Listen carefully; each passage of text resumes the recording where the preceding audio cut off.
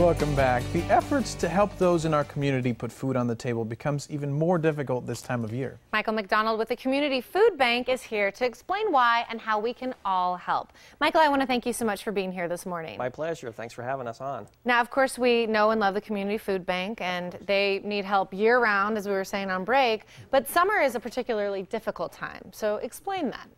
Mainly for childhood hunger because kids are out of school, so they're not getting, that free and reduced breakfast or lunch.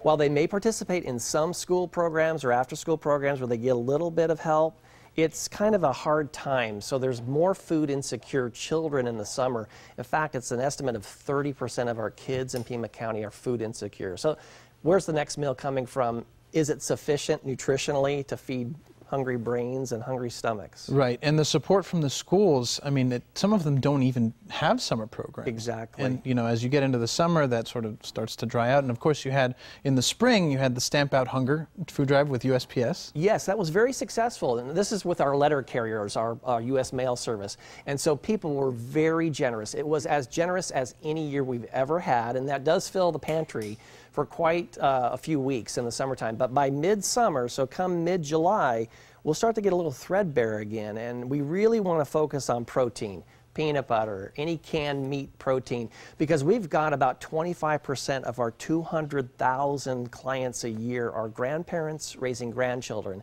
And so the middle of the summer, they're going to be showing up looking for peanut butter and canned meat. Absolutely. Well, I have to say I took part in that in spring. I had that full bag right by my mailbox ready to go. And a lot and a lot of people in my neighborhood did. So it was really cool to see the community coming together. Thank you for that. It was painless, wasn't it? It really was. Yeah. It was simple. Good. And I loved that about it. But more than that, I loved to know that I was helping, So tell us, what are maybe some of the things that are in the works? Well, summer, in addition to being a time of great need and focusing on childhood hunger, we do have a number of our client families doing gardening in the summer. And so we have a lot of successful gardeners growing food. And they're growing it in their backyard at community gardens, and we've got a farm, too, here in Pima County. And so there's a cooperative farming effort. So a lot of great fresh produce. I know it doesn't seem like in the summer that you're going to get food produced, but we do. And thank God for the monsoons, because now the gardens are even blooming more. So a lot of focus on fresh produce. How do we help people become nutritious eaters of food? So we're focusing a lot on that. Right, and going forward, obviously the holidays are coming up. Yes. And so we're going to want to start ramping up, our donations and our support, but there's a way that people can actually sort of have a big push in September, right? Yes, that's Hunger Action Month. We've been doing it for over a decade, and we have our Hunger Walk on September 19th. And registration for that is any day now. I think it's July 1st.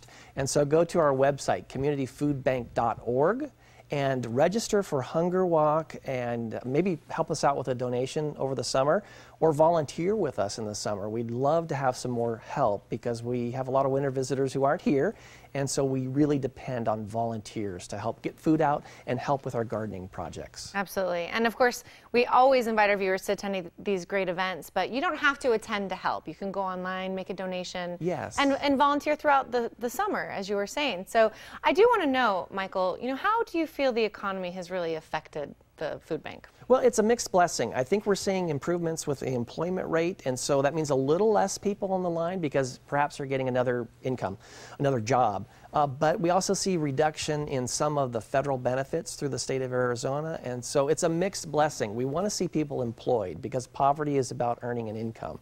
So we have a little less people on the line right now, but I think as those federal benefits get a little tight, that more people will show up and need help, especially in the middle of the summer with grandparents raising grandchildren.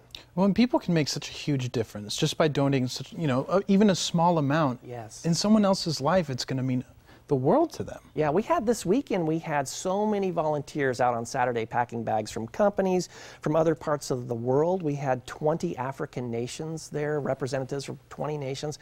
It was a great day of packaging food, neighbors helping neighbors. So if you can donate a little bit of time, a couple hours on a Saturday, we could use your help. We can take $1 donation and turn it into 4 meals worth of food. That's shocking to me, and it's just, people need to realize the effect that they can have for just very little bit. And Michael, I just want to thank you for coming on again and telling us about it. You're welcome back. Have a great summer. Thank you. You too. And to learn more about the Community Food Bank, you can call 622-0525 or log on to communityfoodbank.com.